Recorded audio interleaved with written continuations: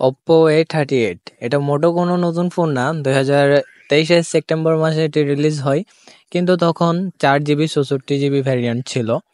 এটাকে আপডেট করে সেম প্রাইজে 2024-এ 6128 করা হয়েছে, কিন্তু এর দামের কোনো পরিবর্তন করা হয়নি।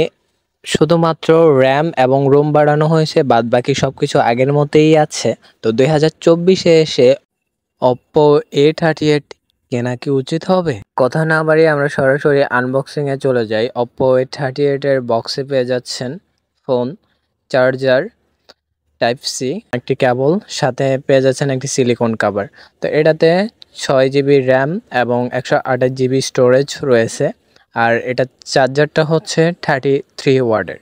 33 ওয়াটের চার্জার 15,990 টাকার প্যাকেজে সত্যি অ্যামেজিং। আর এই চার্জার দিয়ে ফোন চার্জ করতে প্রায় 55 মিনিটের মতো সময় লাগে। ফোনটা রান করছে অ্যান্ড্রয়েড 13-এ। কপাল ভালো হলে আরও একটা আপডেট পেয়ে যেতে পারেন। আর এটি অপ্পোর নিজস্ব ইউআই দ্বারা পরিচালিত। বেশ কিছু ব্লুটুথ আছে, চাইলে আপনারা সেগুলো রিমুভ করে দিতে পারেন। ফোনটিতে রয়েছে সাইড মাউন্টেড ফিঙ্গারপ্রিন্ট।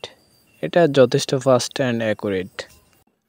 ডিজাইনের দিক থেকে গেলে এটিকে কমন মনে হবে, কারণ অপ্পোর এরকম আরও বেশ কিছু ফোন রয়েছে।